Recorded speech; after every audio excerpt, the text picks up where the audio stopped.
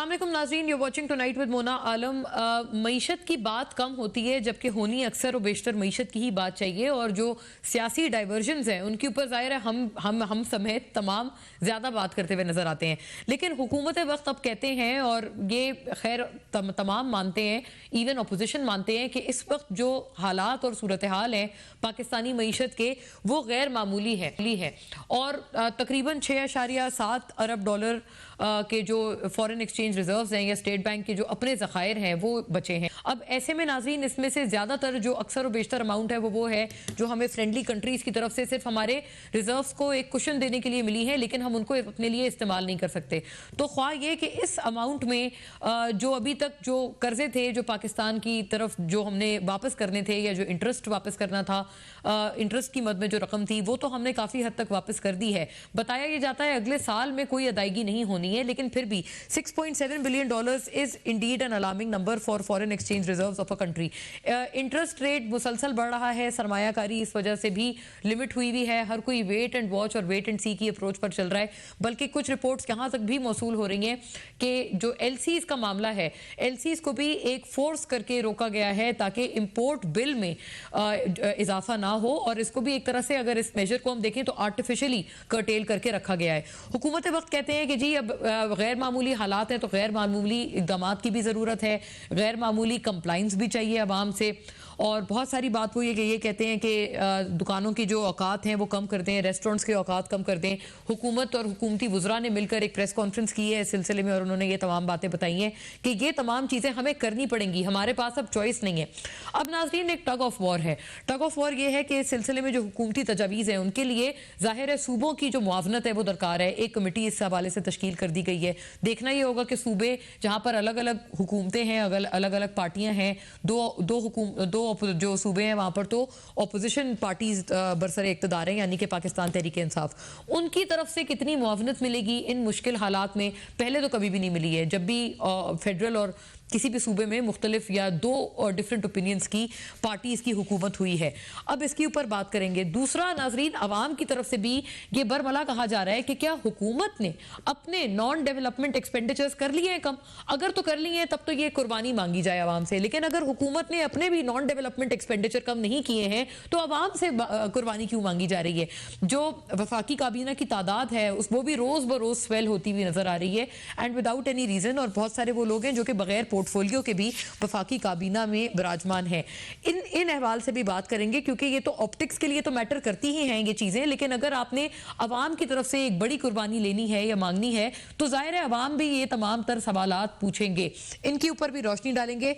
IMF को भी अब बता दिया गया है कि पाकिस्तान इस पोजीशन में नहीं है कि आपकी तमाम तर शराइत मानी जाए। IMF की तरफ से अब हमारी इस नई डिमांड पर या हमारे इस नई हमारे एक स्टैंड के ऊपर कितनी हामी भरी जाती है, IMF हमारे साथ कितना कोऑपरेट करते हैं ये भी देखना पड़ेगा और ये वक्त बताएगा। लेकिन नाज़रीन, आलमी मार्केट में जो पर्टिकुलरली खाम तेल की कीमतें हैं उनमें मुसलसल गिरावट हो रही है।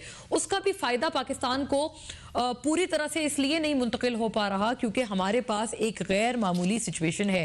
हुकूमत बार बार ये बताते हुए नजर आते हैं। इनके इलेक्टोरल या इनके वोट बैंक की तो इसके हवाले से जो पोजीशन है या जो इसका एक इम्पैक्ट होगा इलेक्टोरली इन तमाम पार्टीज पर, चाहे वो सूबाई हुकूमतें हों या फिर वफाकी हुकूमत हो और उनसे मुंसलिक तमाम जमातें हों, वो एक अलग साइड ऑफ द स्टोरी है। लेकिन हार्ड कोर इकोनॉमिक फैक्ट आज बात करेंगे और हमारी कोशिश है कि इस हवाले से आज की पूरी गुफ्तगू को ओरिएंट किया जाए। इस हवाले से जो एक्सपर्टीज हमारे साथ मौजूद है फौरी तौर पर उनका रुख करती हूँ। जनाब शब्बर ज़ैदी नाज़रीन हमें ज्वाइन कर रहे हैं, senior partner AF Ferguson, senior economist, financial expert हैं, तमाम मामले पर अपनी एक्सपर्टीज हमारे साथ रखेंगे। वेलकम ऑन बोर्ड सर, आपके वक्त का बहुत बहुत शुक्रिया। नाज़रीन, जनाब हारून शरीफ भी हमें तमाम मामले पर अपनी महारत और अपनी एक्सपर्टीज के साथ ज्वाइन कर रहे हैं, senior economist, former minister of state, तमाम मामले पर अपनी भी जो एक्सपर्ट ओपिनियन है हमारे साथ रखेंगे और हम थोड़ा कंक्लूसिवली बात करने की कोशिश करेंगे कि क्या यही एक्स्ट्राऑर्डिनरी टाइम्स में एक्स्ट्राऑर्डिनरी मेजर्स यही दरकार हैं जो हमें कहे जा रहे हैं। इन तमाम के ऊपर बात करने के लिए शब्बर साहब पहली आपका रुख करती हूँ पहले सबसे। क्या आप समझते हैं, आपने तो मैंने देखा है आपने अपने ट्वीट्स में जितने एक्स्ट्राऑर्डिनरी मेजर्स हुकूमत ने गिनवाए हैं आपने उससे ज्यादा सख्त मेजर्स का तस्करा किया है और आपने कहा है कि इससे भी आगे जाना होगा, प्राइवेट ट्रांसपोर्ट को भी कर्टेल करना होगा और वगैरह वगैरह। यही तरीका है हमारे भारी भरकम इंपोर्ट बिल को कम करने का। लेकिन सर जब अवाम ये बात पूछते हैं कि क्या हुकूमत ने अपने नॉन डेवलपमेंट एक्सपेंडिचर सारे खत्म कर लिए, या उनके ऊपर जितना वो कर सकते थे, have they done their best bit to be asking the public to give this immense sacrifice? देखिए, थैंक यू वेरी मच गुना, आपने मुझे मौका दिया। प्लेजर। देखिए, मैं थोड़ा सा मैं इसकी प्रियम्बल आपको बयान कर देता हूँ। देखिए, मैं पाकिस्तान का शायद वाहिद आदमी था जो बड़े अरसे से ये बात कह रहा था कि पाकिस्तान में लोग सच नहीं बोल रहे और पाकिस्तान की माशी हालत ग्रेजुअली कमजोर होती जा रही है। पाकिस्तान में फॉरेन डायरेक्ट इन्वेस्टमेंट आने का सवाल ही पैदा नहीं होता और हमें अपनी चीजों को बैलेंस करना पड़ेगा। मगर मुझे निहायत अफसोस से कहना पड़ता है कि ना हमारे किसी तज्जिया निगार ने, ना इकोनॉमिस्ट ने, बड़े बड़े नाम हैं, बड़े बड़ी बातें करते हैं, किसी ने ये नहीं कभी कहा कि ये हालात आने वाले हैं जब इनके सर पे गिरती है, फिर भी अभी भी ये शुतुरमुर्ग की तरह अपने सर को रेत में दबाने की कोशिश कर रहे हैं। आपने जो बात की वो बिल्कुल सही है कि पीएसडीपी कम करें, खर्चे कम करें, मगर वो ना ये बात बिल्कुल दुरुस्त है, मगर पाकिस्तान का इमीडिएट मसला रुपए की बचत नहीं है, वो भी है मगर इमीडिएट मसला नहीं है। हमें अपना डॉलर बचाना है, हमारे पास डॉलर की आमदन कम है और डॉलर का खर्च ज्यादा है। तो मैंने जो भी ट्वीट किए हैं और जो भी मेजर्स सजेस्ट किए हैं वो अभी सिर्फ उस चीज के किए हैं जो डॉलर बचाने के सिलसिले में हैं, और मैं अभी रुपये के बारे में बात नहीं कर रहा हूं। मगर मेरा अगले 2-4 हफ्ते में या हफ्ते 2 हफ्ते में मैं एक कॉम्प्रिहेंसिव इकोनॉमिक प्लान पाकिस्तान का पब्लिक को रिलीज करूंगा और मैं तो बेवकूफी कहूंगा, इन बेवकूफों को ये बताने की कोशिश करूंगा कि आप पब्लिक का भी और अपना भी टाइम जाया कर रहे हैं। आपके पास आप ये अच्छी बातें करना खत्म करें और ये बताएं पाकिस्तानी अवाम को कि ना उनकी कोई मुश्किल कम हुई है, ना उनकी कोई मुश्किल कम होने जा रही है। आप बड़ी अच्छी बात कर रही हैं कि 80 मिनिस्टर हैं, 90 मिनिस्टर हैं, मतलब जितने मिनिस्टर हैं 76 है गालिबन, 80-90 भी हो जाएंगे लगता है जी। उनकी कोई माशरे में माशरती तौर पर कोई अहमियत नहीं है, मतलब कोई उनको हम सीरियस नहीं लेते बेसिकली। मतलब हमें जब ये आए थे, एक साहब आए थे, उन्होंने कहा मैं 200 का डॉलर कर दूंगा, तो हमने इसको सीरियस नहीं लिया था। तो अब हम इनको सीरियस नहीं लेते, ये इररिलेवेंट से लोग हैं। पाकिस्तान की मईशत जिस तरीके से चल रही है वो इनके काबू में नहीं है। अब सिर्फ ये सवाल है कि जब मैं पिछले 3 महीने से कह रहा हूं कि बाजार 6 बजे बंद करें, 6 बजे बंद करें, और फिर जब मुख्तदर खलकों ने इनको कहा कि ये बात सही कह रहे हैं एक साहब, तो फिर ये अब इनको थोड़ा होश आया और इन्होंने ये मुख्तदर हल्के आई सी जी। आप समझ गए मेरी बात? जी बिल्कुल पहुंच गए। ठीक है ना। तो जब इनको समझ आती है तो फिर इन्होंने कहा कि आपको समझ नहीं आ रही, आप तो फिर उन्होंने ये मीटिंग करके 6 साल में, मैं अभी भी इनको सीरियस नहीं ले रहा। और आपने जिन साहब का जिक्र किया वो जाहिर है हमें तो समझ आई, नाजरीन की भी क्लैरिटी के लिए, वो प्रेजेंट फाइनेंस मिनिस्टर जनाब इसहाक डार हैं जिन्होंने कहा था कि डॉलर 200 से कम का होना चाहिए। मैं भी चार्टर्ड अकाउंटेंट हूँ, वो भी चार्टर्ड अकाउंटेंट है, हम दोनों ने साथ काम किया हुआ है। मगर जो ग्राउंड रियलिटीज हैं, अगर आप उससे दूर हटकर बात करें तो काम नहीं होता। तो कुछ चीजें ऐसी हैं जिस चीजों के बारे में अब पाकिस्तान में बात करना बंद कर देना चाहिए। जैसे फॉर एग्जाम्पल एक चीज इसको बोलते हैं फॉरेन डायरेक्ट इन्वेस्टमेंट। जी आप एक तरफ कह रहे हैं कि बन्नू में टेक ओवर हो गया, तालिबान ने जंग शुरू कर दी और जंग हो रही है, बलूचिस्तान में इंसर्जेंसी हो रही है, फिर आप कह रहे हैं कि फॉरेन डायरेक्ट इन्वेस्टमेंट आएगी। तो ये बेवकूफी की बातें, ये बिला वजह की लोगों को मतलब खराब करने वाली बातें नहीं करें, रियलिटी अवाम के सामने लाएं। इसलिए आखिरी बात जो मैं कहना चाहता हूं वो ये है कि IMF के साथ हमें चलना है। अभी जो आज का जो सबसे बड़ा सेटबैक अभी कल सुबह आपको नजर आएगा, जो अभी नहीं शायद आपको नहीं इस वक्त आइडिया, कि गवर्नमेंट ने जो सुपर टैक्स लगाया था 2022 के फाइनेंस बिल में, जिससे अच्छी खासी आमदनी होने वाली थी, उसको आज सिंध हाई कोर्ट ने उड़ा दिया है और उन्होंने कहा है कि वो 2022 में नहीं लग सकता, वो रेट्रोस्पेक्टिव टैक्स था और उस पे जो 4% 10% का फर्क था वो भी उन्होंने उड़ा दिया है। उन्होंने कहा नहीं 10% डिस्क्रिमिनेशन नहीं हो सकती। तो उस बुनियाद पर अब इन्हें जो ऑलरेडी टैक्स पे बहुत बड़ी शॉर्टफॉल थी वो और मजीद बढ़ जाएगी। तो अब सवाल ये नहीं है, सवाल ना आप पाकिस्तान के मसाइल को इन गवर्नमेंट और सियासी पार्टियों के चक्रों से अलग होकर सोचें कि हम इसे कैसे चलाएंगे। जी जी, क्योंकि अल्टीमेटली अवाम ने भुगतना है, अवाम नहीं करना है। ये तो सिर्फ एक बयानबाजी है ना। और सर किया भी नहीं जा रहा है ना, मतलब इन एसेंस बोझ भी अवाम पे ही डाला जा रहा है। तो अवाम भी ये कहेंगे कि आप भाई हमें दिखाने के लिए आप भी तो कुछ करें ना पहले, ताकि हम भी इनकरेज हो या मोटिवेट हो। ना किया नहीं जाने की दो वजूहात होती हैं। एक वजह ये होती है कि उस आदमी की ख्वाहिश ही नहीं होती कि कुछ करूं, और एक वजह होती है कि उस आदमी की सलाहियत नहीं होती, कैपेसिटी नहीं होती। हाँ, तो दो वजह होती है ना किसी आदमी की नहीं करने की। सही सही। अब इनमें माशाल्लाह दोनों वजूहात दोनों वजूहात हैं, यानी कि विलिंगनेस भी नहीं है और कैपेसिटी भी नहीं है। हारून साहब विलिंगनेस भी नहीं है और इनके बस का काम भी नहीं है। ठीक हो गया। तो ये तो बेचारे प्रोजेक्ट मैनेजर टाइप वजीर आजम है कि इनको कौन सड़क बना देंगे, सड़क बना देंगे, इनको कोई बिजली घर लगा दें, बिजली घर लगवा देंगे, टोपी पहन के आ। We'll take it from here after the break। इसी बात को आगे बढ़ाएंगे, हमारे साथ रहिएगा।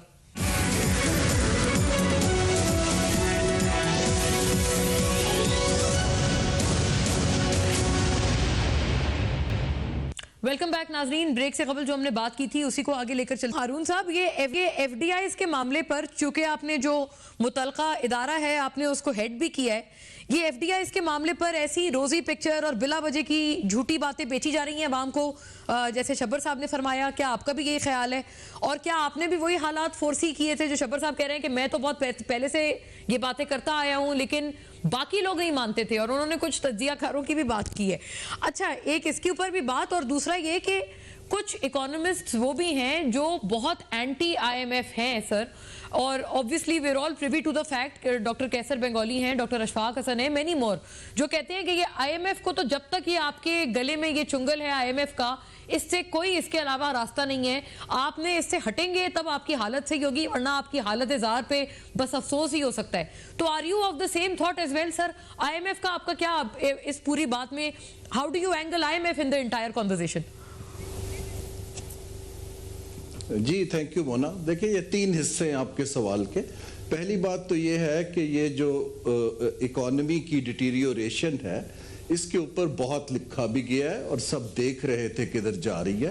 ये सिर्फ हमारी जो सियासी एलीट है वो एक डिनाइल में है और वो गलत मैसेजेस देती रहती है, वरना कोई भी संजीदा शख्स जो इकोनॉमी को समझता है, हमें नजर आ रहा था कि हम किस तरफ जा रहे हैं। सब रेड लाइंस को आप टच कर रहे थे, करंट अकाउंट में टच कर रहे थे, फिस्कल डेफिसिट में टच कर रहे थे। हमारी जो मैन्युफैक्चरिंग सेक्टर की कंपेटिटिवनेस है वो हमारे कंपेटिटर्स से बिल्कुल गिरती चली जा रही थी।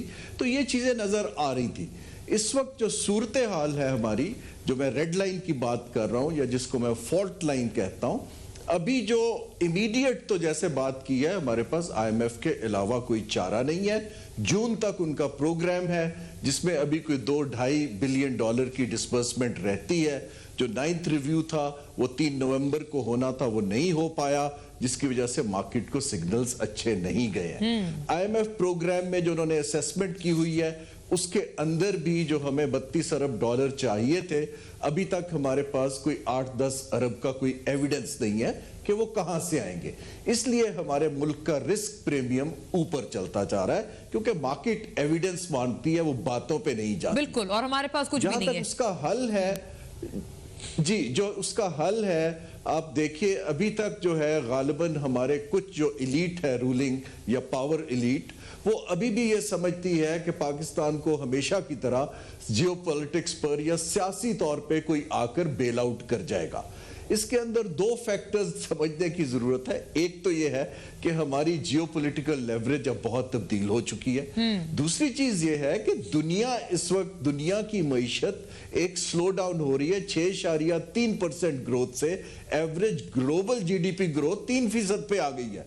जब दुनिया स्लो डाउन हो गई है तो हर एक को अपने मुल्क की मुसीबत पड़ी हुई है, वो हमारी मदद करने कहां से आएंगे? तो हमें ये समझने की जरूरत है, और ये हम समझ इसलिए भी नहीं पा रहे हैं कि मैं बड़े अदब से कहना चाहूंगा, एहतराम से, कि हमारी हुकूमत के अंदर बेसिकली जो चलाया जा रहा है सारे मामले में, उसमें कोई भी एक्सपीरियंस्ड एक्सपोजर वाले इकोनॉमिस्ट हैं ही नहीं सिरे से, या कुछ ब्यूरोक्रेट्स काम कर रहे हैं या हमारे जो सियासतदान इस पे काम कर रहे हैं। तो ये तो हमारी मईशत की सूरत हाल है अभी। Right right. लेकिन जो मैं अच्छा सर, IMF आपने एक बात ये कही ना, ये जियो पॉलिटिकल लेवरेज के हवाले से आपने कहा कि अभी भी यही सोचते हैं।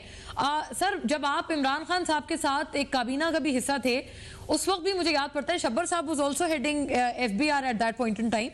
ये मुझे बात बिल्कुल याद पड़ती है कि ये तमाम बातें उस वक्त भी हम करते थे कि जी कोई जाए सऊदी अरेबिया चले जाएं, फ्रेंडली कंट्रीज चले जाएं, जो मुख्तदिर हल्के हैं जिनका भी शब्बर साहब ने जिक्र किया है, उनके थ्रू भी कोई बेल आउट मिल जाए और हमारी जो जियो पॉलिटिकल जो एक हमारी एक सिग्निफिकेंस है वो हमारे फायदे में कैपिटलाइज हो जाए।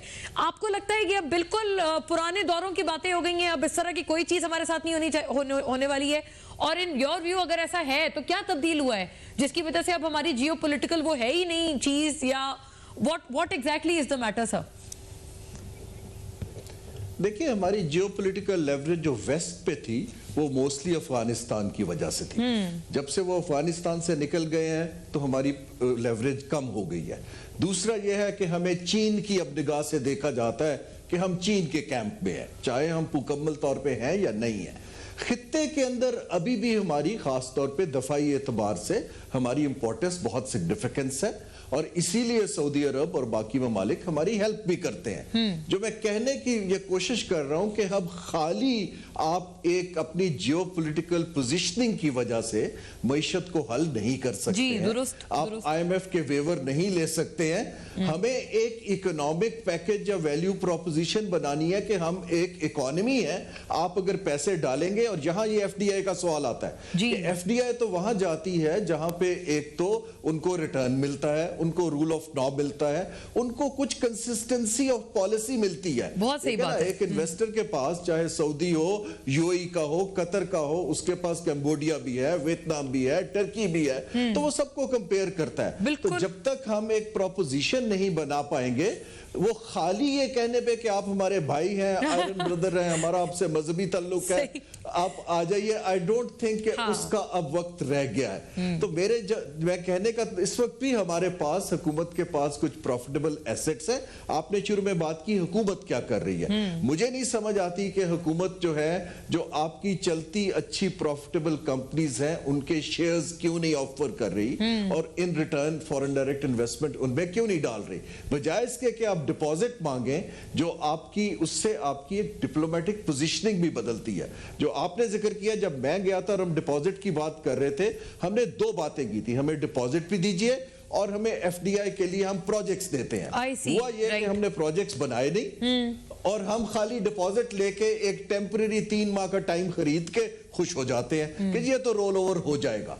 तो हमें इस जो है एक शॉर्ट टर्म कि we are too big to fail, we are too important geopolitically, हाँ, ये सोचना है कि हमें मईशत को कैसे चलाना है, और लोगों को एक वैल्यू प्रोपोजिशन इकोनॉमिक्स पे दीजिए। बिल्कुल हम ये कर सकते हैं। ये आपने वैसे बड़ी ये एक दिखाएंगे। हाँ, ये आपने वैसे बात की, तो इसके ऊपर तो ऑन अ लाइटर नोट हम हंस रहे हैं, लेकिन ये बड़ी फैक्चुअल बात है शब्बर साहब। आपको भी पता है कि हम कभी कहते हैं कि जी आप हमारे दोस्त हैं तो इसलिए आप हमारे साथ इन्वेस्ट कर लें, या हमारी कल्चरल या मजहबी लिंकेजेस हैं इसलिए आप आ जाएं, तो इन मामलात पे नहीं चलती मईशत। अच्छा शब्बर साहब, एक और मवाजना भी आप फरमाइएगा। मिफ्ता साहब भी, जो फॉर्मर फाइनेंस मिनिस्टर, वो भी अब खासे नाला नजर आते हैं, और उन्होंने तो बड़े आर्टिकल्स वगैरह भी लिखे हैं जिसके ऊपर उनको कहा भी जा रहा है, खैर ये सियासी सवाल से हटकर मैं आपसे अर्ज कर रही हूँ, उनको कहा भी जा रहा है कि आप ऐसे इस वक्त इन हालात में ये वाली बातें ना करें अपनी गवर्नमेंट के खिलाफ, वरना ये बहुत एक नेगेटिव सिग्नलिंग जाएगी हमारे इन्वेस्टर्स को भी, हमारे अवाम को भी, हर किसी को, local investor as well as foreign investor. तो ये बताइएगा सर, इस पे आप क्या कहेंगे, क्योंकि ये जो चेंज ऑफ फाइनेंस मिनिस्टर्स है, इसको उस वक्त भी बड़ा नेगेटिवली देखा जाता था। इमरान खान साहब के दौरे हुकूमत में 4 वज़राए खजाना बदले थे, तो ये क्या चीज है, मतलब why do we have to do this exercise over and over again, number 1 sir. और क्या कोई आपके व्यू में अमंग ऑल दीज कोई केपेबल था जैसे आपने कहा कि अभी तो कैपेबिलिटी की भी कमी है, कैपेसिटी भी नहीं है, विलिंगनेस भी नहीं है, क्या कोई मुख्तलिफ था इन तमाम मामलात में जो ऐसा ना हो इन योर व्यू, ये तमाम जो ये 6 हम फाइनेंस मिनिस्टर्स को अगर गेज करें? देखिए मुन्ना, पहली बात तो एक मेरी बात आप राइटर नोट में लिख लें कि आप लोग ये बात करते हैं ना इन्वेस्टर, इन्वेस्टर नाम की चीज पाकिस्तान में भूल जाए। मैं हारून साहब की इस बात से एग्री नहीं करता कि मैं ओजीडीसी जो अच्छी कंपनी है उसके शेयर बेच के पैसे ले लूं। मैं इस तरह की इन्वेस्टमेंट बाद में मैं डिविडेंड को देता रहूं। ठीक है, अभी मेरा पैसा निकल जाएगा, पैसा आ जाएगा, मगर अल्टीमेटली वो मेरे लिए नुकसानदेह होगा। मैं पाकिस्तान की प्रॉफिटेबल कंपनीज को फॉरेनर के हाथ बेचने का कायल नहीं हूं। मेरी बिल्कुल डिफरेंट परसेप्शन है इस बारे में। तो दूसरी बात यह है कि 16 दिसंबर 2021 को मैंने हमदर्द यूनिवर्सिटी में एक सेमिनार किया था। उसमें 2 स्पीकर थे, एक मैं था, एक मिफ्ता इस्माइल साहब थे। उस वक्त इनकी गवर्नमेंट नहीं आई थी, इमरान खान की गवर्नमेंट 21 में, जी इमरान खान की गवर्नमेंट थी। और मैंने उस वक्त कहा था कि पाकिस्तान एक बैंकरप्ट कंट्री है और ये गोइंग कंसर्न नहीं है। गोइंग कंसर्न हम बोलते हैं अकाउंटिंग में उस चीज को जो अपने खर्चे पूरे नहीं कर सकती अपनी आमदन से। ये मेरा स्टेटमेंट था जो अपोजिशन ने टीवी पे चलाया था इस बात पे कि इमरान खान का एक सपोर्टर इमरान खान की गवर्नमेंट के जमाने में ये कह रहा है जी, आई रिकॉल। हाँ, आपको अच्छा वो ठीक है, उसके ऊपर वो थी, मगर वो मेरी जो एनालिसिस थी वो पॉलिटिकल नहीं थी। वो मेरी एक सिंपल अकाउंटिंग और इकोनोमेट्रिक्स की एनालिसिस थी। और मैं फिर दोबारा कहता हूं कि जिस वक्त मैं उस वक्त ये बात कर रहा था, उस वक्त सब सारे लोग हरी हरी बत्तियां दिखा रहे थे लोगों को। ठीक है, सही है सर। यस, मैं आपको ये कहना चाहता हूं और बड़े कैंडिडली कहना चाहता हूं कि 1990 के बाद से 90 को हो गए तकरीबन 32 साल। जी, 32 साल से पाकिस्तान की मईशत, जिस दिन से मियां नवाज शरीफ साहब की गवर्नमेंट आई है, ये गवर्नमेंट इंपोर्टर को प्रिविलेज देकर, इंपोर्टर को बढ़ाकर और उसका कंज्यूमर ओरिएंटेड सोसाइटी बनाकर 6.5% ग्रोथ और 5% ग्रोथ लेके मईशत को चलाती रही है। उसने मुल्क को तबाह बर्बाद कर दिया है। उसके तहत तकरीबन $80 बिलियन इन्होंने मार्केट में फेंके हैं डॉलर को कम करने के, रुपये को कम बढ़ाने के लिए, और तकरीबन $100 बिलियन पाकिस्तानियों ने बाहर ट्रांसफर कर दिए हैं। तो ये जो कुछ हुआ है, अब इसके साथ पाकिस्तान को अपनी शक्ल में, माशी शक्ल में दोबारा खड़ा करना एक बहुत बड़ा काम होगा जो इनके बस का नहीं है कम से कम। हाँ, राइट, इनके बस का काम नहीं है। इनके से आपकी मुराद है कि ये वाली खुसूस जमात या ये वाली पर्टिकुलर गवर्नमेंट की? अभी तो तमाम पार्टीज है ना इस गवर्नमेंट में। मैं इस पे आता हूँ जी। ये 342 जो MNA बैठे हैं, इनमें से 300 MNA ऐसे हैं जो पाकिस्तानी मईशत को उसी शक्ल में चलाना चाहते हैं जिस शक्ल में आज चल रही है। PTI के MNA भी हैं और PVNL के MNA भी। इसमें इमरान खान साहब जाती तौर पर शामिल नहीं है, मगर उनकी पार्टी के भी अक्सरियत लोग ये समझते हैं कि पाकिस्तान में कोई बुनियादी माशी मसला नहीं है, ये मसला गवर्नेंस का है, या मसला गवर्नेंस का नहीं है। ये स्टेट रॉन्गली स्ट्रक्चर हो गई है। रॉन्गली स्ट्रक्चर का मतलब ये है कि ये रियासत 1947 से लेकर 2022 तक कभी भी अपने डॉलर के बैलेंस में पूरी नहीं उतरी। इसने हमेशा डॉलर बाहर से लिया है, या इसे खैरात में मिला है, या इसने अपनी इज्जत बेची है। कमाया नहीं है कभी डॉलर, कमाया नहीं है। सही। और इसका जो फिस्कल अकाउंट है वो भी बैलेंस नहीं है। और अब इसका तीसरा अकाउंट जो बैलेंस नहीं है वो एनर्जी अकाउंट है। इस वक्त 4000 बिलियन का सर्कुलर डेट है जी, 4000 बिलियन का। Right, right. अब ये प्रॉब्लम सियासी नहीं है, ये प्रॉब्लम गवर्नेंस की नहीं है, ये प्रॉब्लम माशरती और समाजी और स्ट्रक्चर की इशू है कि पाकिस्तान का माशरा 300 MNA मैं क्यों छोड़कर आया इमरान खान को? सही। हाँ, वो तो सर बड़ी रेजिस्टेंस आई थी ना, वो FBR की ब्यूरोक्रेसी आपके पहले दिन से ही रोज़े अव्वल से पीछे पड़ गए थे। मेरी बात आप गलत समझ रही है, FBR की रेजिस्टेंस नहीं थी। जब मुझे इमरान खान साहब ने कहा कि आप आप ट्राइबल एरिया में एक्साइज ड्यूटी नहीं लगाएंगे क्योंकि मेरे एमएनए नहीं चाहते। जब मैंने टोबैको पर ड्यूटी लगाई, टोबैको मैंने कहा उनका टोबैको पर ड्यूटी नहीं लगेगी, मेरे एमएनए नहीं चाहते। स्पीकर साहब मेरे पास आ गए। जब मैंने बलूचिस्तान में असेंबली में बलूचिस्तान के अंदर स्मगलिंग पे हाथ डाला तो मेरे पास सेनेट के चेयरमैन साहब ने कहा कि ये नहीं हो सकता। जब मैंने दुकानदारों को हाथ डाला तो मेरे पास सारे पंजाब के एमपी आ गए कि ये नहीं हो सकता। जब मैंने एग्रीकल्चर पे हाथ डाला तो मेरे पास शाहबूल कृषि साहब आ गए कि ये नहीं हो सकता। तो ये कहानियां देखें, मैं पब्लिकली बात नहीं करता मगर मैं ये बताने की ये बड़ा इंकशाफ किया है आपने सर, क्योंकि हमें तो आज तक पता ही नहीं था। और इन वेरी ऑनेस्ट ओपिनियन हमें ये सब ऑल्सो नोइंग यू पर्सनली आपने कभी ये बात नहीं की, लेकिन आज आपने बड़ा इंकशाफ किया है कि असल क्या वजूहात थी। हारून साहब भी वैसे he had also called it quits, तो मैं उनसे भी पूछती हूँ जी। मेरी बात सुने, मैं मिसाल देता हूँ। जी जी। टोबैको के अंदर सिगरेट बनती है, उससे पहले एक छोटी सी फैक्ट्री होती है जिसमें इस टोबैको को मॉइस्चर किया जाता है। अच्छा, वो स्टार्टिंग पॉइंट होता है इसका। और हमारे पास तकरीबन 30 से 40 अरब की ड्यूटी इवेजन है जाली सिगरेट में।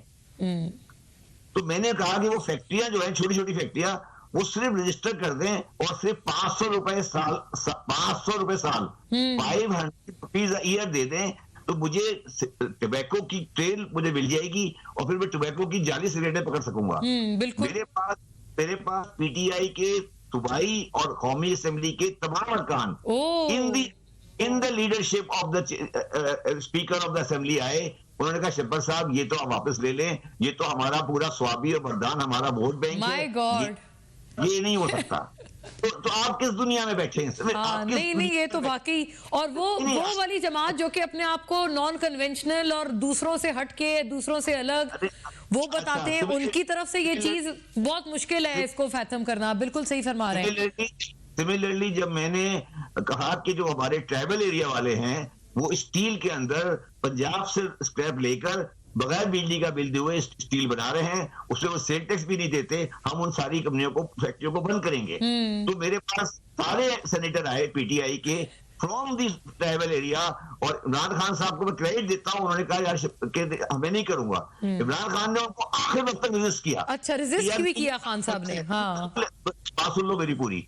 उसने रेजिस्ट किया, उसके बाद उन्होंने, आप इमेजिन करें, वो धमकियों पर आ गए। Oh my God. धमकियों पे आने के बाद उन्होंने मेरी जाती सिक्योरिटी एंडेंजर हो गई और उन्होंने कहा कि ये हम नहीं होने देंगे कभी भी। और एक प्रेशर में निकल आने के बाद फिर हमें उनको चलाना पड़ा। और पाकिस्तान में जो स्टील रोलिंग वाला है, क्योंकि हमारा अजहर जो है उसका भी यही बिजनेस है, उनकी फैमिली का, उससे आप कभी बुला के पूछें कि स्टील रोलिंग वालों के साथ जब्बर साहब का क्या झगड़ा पड़ा था। हमाद अजहर साहब से? हाँ जी, क्योंकि उनकी फैमिली का यही कारोबार। जी जी जी, बिल्कुल बिल्कुल। मैं उनको एक्सपेक्ट भी कर रही हूँ कि वो इन द कमिंग डेज हमारे पास आएंगे। मैं आपका, ये मेरा वादा है, आपका शॉर्ट ये वाला सुना के उनसे पूछूंगी। ये आपने बड़ी जरूरी बातें हमें बताई हैं और this is very unfortunate and alarming. No, मेरा अनफॉर्चुनेट नहीं है, आपके लिए अनफॉर्चुनेट है ना। इसके लिए अनफॉर्चुनेट है, उनके लिए तो नहीं है। उनके लिए नहीं है ना, हमारे लिए तो है ना। इन्हीं चक्करों में हम मारे जाते हैं। I mean the common man.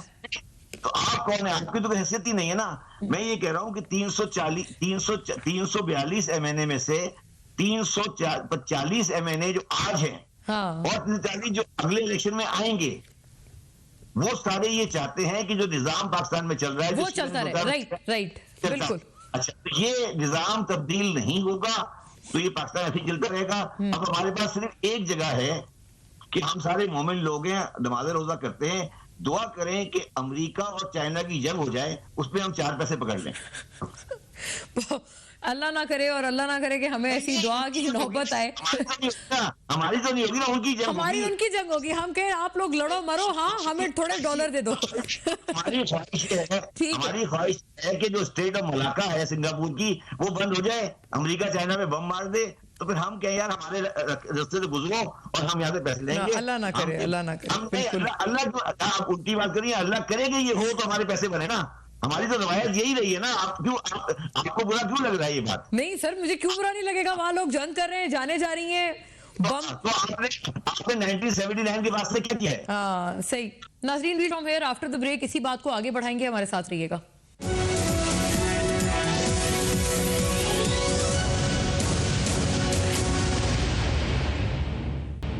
Welcome back नाजरीन। ब्रेक से कबल जो हमने बात की थी उसी को आगे लेकर चल। हारून साहब, अभी आपकी ये जाहिर है बड़ा एक शब्बर साहब की तरफ से एक बड़ा कैंडिड किस्म का ये आउटबर्स्ट ही था उनका। आप बताइएगा, आपके कोई ऐसी सिमिलर रीजंस तो नहीं थी जो आपने एनकाउंटर की? और दूसरा, ये जो प्रॉफिटेबल कंपनीज को बेचने वाली बात है, इसके ऊपर भी फरमाइएगा कि ये वो कहते हैं in the longer run this is not doable और ये अच्छी प्रपोजिशन नहीं है। Your take sir. जी मोना, दो चीजें हैं। देखें, इसमें तो कोई डाउट नहीं है, मैं नाम नहीं लेता, इंडिविजुअल्स पे जाने की जरूरत नहीं है, कि जो क्रोनी वेस्टेड इंटरेस्ट है उन्होंने हमारे पॉलिटिकल एलीट को पार्टी लेवल पर भी और हुकूमत के लेवल पर मैंने इतना ज्यादा इन्फ्लुएंस बहुत कम ममालिक में देखा है। इस वक्त इसकी वजह से किसी भी तरह की स्ट्रक्चरल चेंज की गुंजाइश नहीं है। और मैंने इसी पर छोड़ा था क्योंकि ना कोई इंडस्ट्रियल पॉलिसी बन रही थी, ना आप रिन्यूएबल एनर्जी की पॉलिसी बना पा रहे थे। एक तरफ एक आईपीपीज की लॉबी होगी, दूसरी तरफ जो सब्सिडीज पे पल रहे हैं उनकी लॉबी होगी। अब ये एक सियासी फैसला है जो कि क़यादत ने करना होता है कि हमने आया ओल्ड स्कूल स्टेटस को पे चलना है या हमने अब इसको कोई कंपेटिटिवनेस के ऊपर मुल्क को उठाना है। क्योंकि वो फैसला नहीं हो पा रहा था और इतना इन्फ्लुएंस था, तो मैंने देखा कि स्पेस नहीं थी, तो मेरे लिए बेहतर था कि ऑनरेबल तरीके से साइड पे चले जाए। और ये कोई भी प्रोफेशनल आएगा, अगर आप उसको स्पेस नहीं देंगे वो नहीं कर पाएगा। देखिए, मैं इस वक्त जो संजीदा मामला ये है कि अब आपने करना क्या है। देखिए, ये जब ममालिक इस नहज पर पहुंच जाते हैं, जब आप तैयारी के लिए ना तो कैपेसिटी हो ना विल हो और आपको एक जो पेटनेज का लिंकेज है उसने जकड़ के रखा हो, तो उस वक्त जो ममालिक जिन्होंने काम किया है वो इस तरह करते हैं। लाइक कुछ लोग कहते हैं टेक्नोक्रेट कर लेंगे, टेक्नोक्रेट वगैरह का सियासी मामलात में आने का कोई मेरे हिसाब से कोई रूम वो तो सर कहते ही इसलिए, वो कहते हैं कि सियासी एलीट तो चूंकि है एक तरह की, तो आपने सुना होगा हर चंद माह बाद ये एक अफवाह उड़ती है कि टेक्नोक्रेट्स की गवर्नमेंट आ रही है और वो तब तक रहेंगे जब तक मईशत ठीक नहीं हो जाएगी, फिर उसके बाद सियासतदानों को हैंड ओवर करेंगे। जी, मैं ये एक्सप्लेन करना चाह रहा हूं जो आपने बात की। देखिए, हमारे पास जो कुछ इदारे हैं उनको भी हमने पॉलिटिकल और ब्यूरोक्रेटिक कैप्चर में डाल दिया, चाहे बोर्ड ऑफ इन्वेस्टमेंट हो, चाहे प्राइवेटाइजेशन कमीशन हो। आपने बात की कि ये स्टेट ओन्ड एंटरप्राइज क्यों नहीं बिक रही, क्यों बिकेगी जब वहां बैठे ब्यूरोक्रेट्स पर्क्स भी ले रहे हैं, प्रिविलेजेस भी ले रहे हैं, भर्तियां भी कर रहे हैं। देखिए, इन इदारों को अगर हम तरजीहात में डाल के अगर एक दो को भी इंडिपेंडेंट कर दें, उसके ऊपर एक 5 साल का अच्छे स्टैचर का क्लीन सीईओ लगा दें, तो ये इदारे चल पड़ेंगे। उनको टारगेट्स दें, ना कि उनको माइक्रो मैनेज करें कि भी इसको ट्रांसफर क्यों कर रहे हो, कराची क्यों चले गए, बाहर का दौरा क्यों दिया। आप उनसे कहें कि आपने 3 साल में हमसे एग्री करें कि आपने ये 10 कंपनियों को अच्छी तरह से स्ट्रेटेजिक इन्वेस्टर को देना है। एक प्रोफेशनल काम है, वो होना शुरू हो जाएगा। हमने इनको वजारतें बना दिया, जैसे आपने आगाज में कहा कि इतने मिनिस्टर हैं कि उतनी वजारतें नहीं है। बिल्कुल। हमने प्लानिंग कमीशन को वजारत बनाया जो कभी वजारत नहीं था। हमने प्राइवेटाइजेशन कमीशन को वजारत बनाया जो कभी वजारत नहीं था। हमने बोर्ड ऑफ इन्वेस्टमेंट को वजारत के तहत कर दिया जो कि एक इंडिपेंडेंट बोर्ड था। हम जब तक इन इदारों को इंडिपेंडेंट करके प्रोफेशनल्स को नहीं देंगे तब तक काम नहीं चलेगा। अच्छा हारून साहब, एक आपसे स्ट्रेट सवाल कर लूं प्लीज। स्ट्रेट सवाल ये है कि कुछ लोग कहते हैं हम बिल्कुल डिफॉल्ट होने वाले हैं। सर, आपका क्या ख्याल है, डिफॉल्ट होने वाले हैं या ये बिल्कुल एक सियासी स्लोगनेरिंग ही है बस? देखिए, पहले तो समझे डिफॉल्ट क्या होता है। डिफॉल्ट ये होता है कि जब हमारा मार्केट का जो कमर्शियल डेट है उस